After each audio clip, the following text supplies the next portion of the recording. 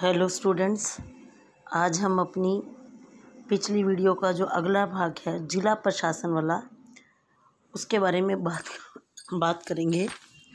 आज हम पढ़ेंगे जिला प्रशासन का संगठन। जिला प्रशासन का संगठन कि जिला प्रशासन में कौन कौन सी जो हैं आगे संस्थाएं शामिल है। इसमें सबसे पहले है जिला स्तर। जिला जो कि एक जिलाधीश या जिलाधीश या कलेक्टर के अधीन होता है। राज्य प्रशासन की मुख्य इकाई है। जिलाधीश समस्त जिले के प्रत्येक दृष्टि से प्रशासन का उत्तरदायी है और अन्य सभी विभागों के जिला स्तरीय अधिकारी उसकी सामान्य देखरेख और पथ प्रदर्शन में काम करते हैं। कहने का अभिप्राय है कि 3 भागों में बांटा है जिला प्रशासन के संगठन को। ठीक है कि जिला स्तर, उसके बाद है उप विभाग या तहसील और उसके बाद है गांव। तो जिला स्तर का जो स्तर है उसके जो मुख्य अधिकारी है उसको जिलाधीश के नाम से जाना जाता है और वो पूरे जिले प्रशासन के लिए उत्तरदायी है। और मैंने आपको बताया था कि जिला प्रशासन स्तर पर बहुत सारे विभाग काम करते हैं और जितने भी उनके मुख्य अधिकारी हैं जिला स्तर के पर, उन सब के पथ प्रदर्शन में जिलाधीश का मुख्य हाथ होता है। उसके बाद है उप विभाग या तहसील। इसमें भी जिला प्रशासन के कुछ मुख्य अधिकारी काम करते हैं। प्रत्येक ज़िले को पहले तहसीलों में बांटा जाता था और तहसील को एक तहसीलदार के अधीन रखा जाता था।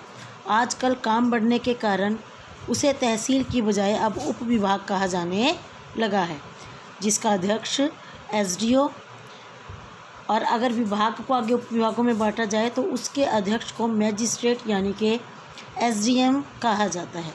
उसकी सहायता के लिए एक न्यायिक मैजिस्ट्रेट, एक सब जज, एक तहसीलदार और कुछ नायब तहसीलदार होते हैं और कुछ अन्य विभागों के कर्मचारी भी तहसील स्तर पर कार्य करते हैं।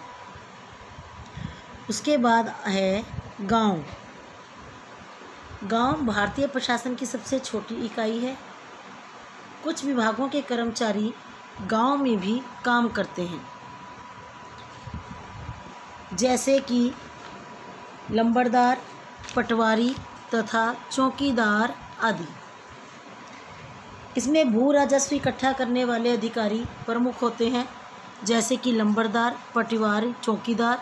चौकीदार का संबंध कानून और व्यवस्था को लागू करने से होता है तथा पटवारी को गांव का गणक यानी कि अकाउंटेंट कहा जाता है। अब है जिले के विभिन्न अधिकारी। सबसे पहले यानी कि जिला स्तर पर, हमने जिला प्रशासन के बारे में बात कर रहे हैं। जिला स्तर पर कौन कौन से मुख्य अधिकारी काम करते हैं। सबसे पहले है जिलाधीश, जो पूरे जिले प्रशासन का अध्यक्ष होता है, मुखिया होता है। जिलाधीश समस्त जिलों के प्रशासन का अध्यक्ष है। वह जिले में राज्य सरकार का प्रतिनिधि होता है और सरकार की समस्त शक्तियां और अधिकार और उत्तरदायित्व उसके पास होते हैं।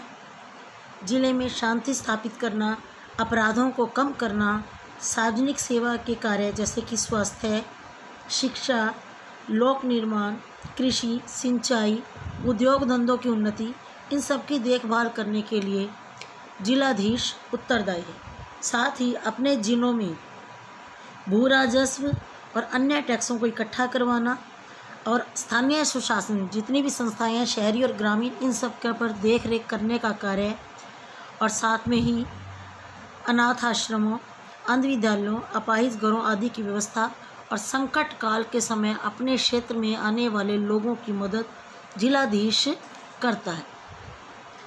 जिलाधीश IAS का एक वरिष्ठ सदस्य होता है वैसे तो इसकी नियुक्ति संघ सरकार के द्वारा की जाती है, परंतु यह राज्य सरकार के अधीन कार्य करता है।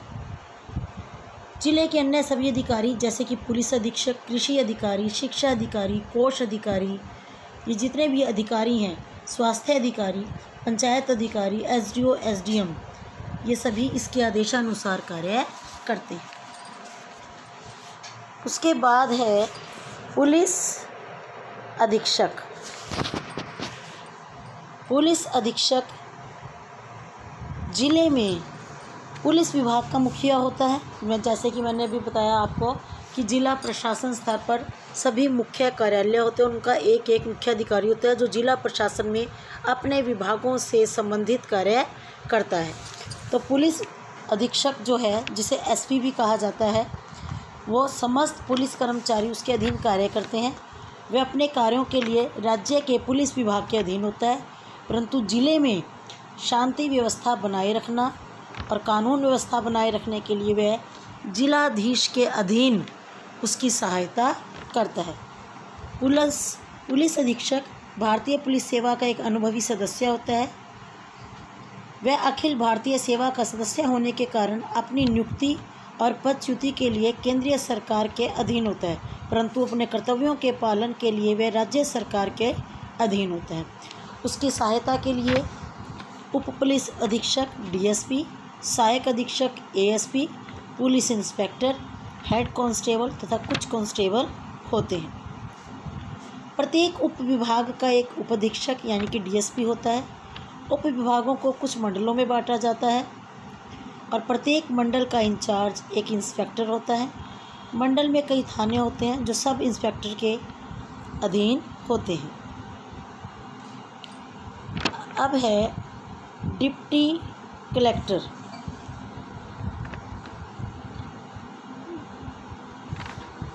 जिलाधीश जिले में भू राजस्व या लगान इकट्ठा करने के लिए उत्तरदायी होता है। उसकी सहायता के लिए एक डिप्टी कलेक्टर होता है, जिसे मॉल अफसर या रेवेन्यू अफसर भी कहा जाता है। जिले के सभी लगान संबंधी कर संबंधी कार्य इसी के द्वारा निपटाए जाते हैं।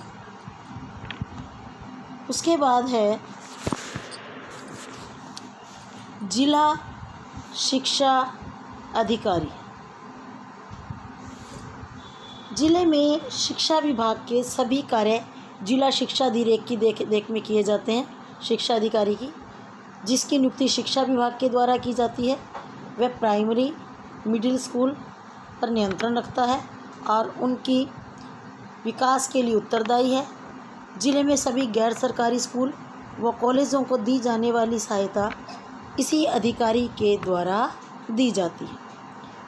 इसकी सहायता के लिए कुछ उप जिला शिक्षा अधिकारी भी होते हैं।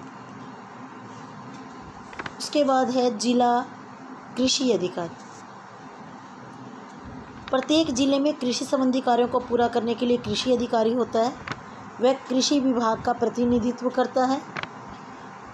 कुछ राज्यों में से कृषि अतिरिक्त सहायक निदेशक के नाम से भी जाना जाता है और इसका कार्य है अपने ज़िले के क्षेत्र में आने वाले जितने भी किसान लोग हैं, जो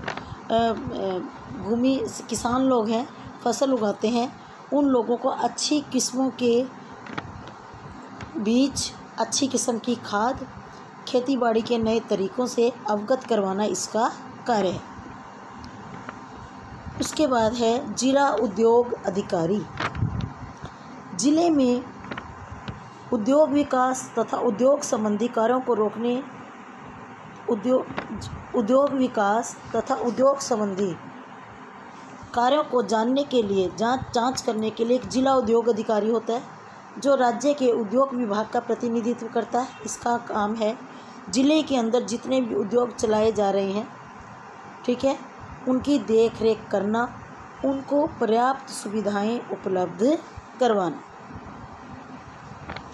उसके बाद है कार्यकारी इंजीनियर। कार्यकारी इंजीनियर, इसका काम क्या है कि ये अपने ज़िले में सार्वजनिक कल्याण विभाग का प्रतिनिधित्व करता है, यानी कि पीडब्ल्यूडी का। इसके अधीन बहुत से उपमंडल अधिकारी और ओवरसीवर होते हैं। ये ज़िले के सभी निर्माण कार्यों में, जैसे सरकारी भवन, सड़कें, पुल आदि का निर्माण करवाना इसी की देखरेख में किया जाता है। पहले सिंचाई विभाग भी इसी के अधीन हुआ करता था, लेकिन अब सिंचाई विभाग को अलग बना दिया गया है। उसके बाद है मुख्य चिकित्सा तथा स्वास्थ्य अधिकारी।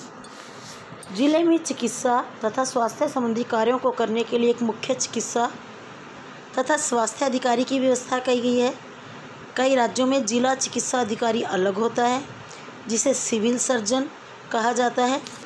सिविल सर्जन के अधीन जिले में सभी अस्पताल होते हैं।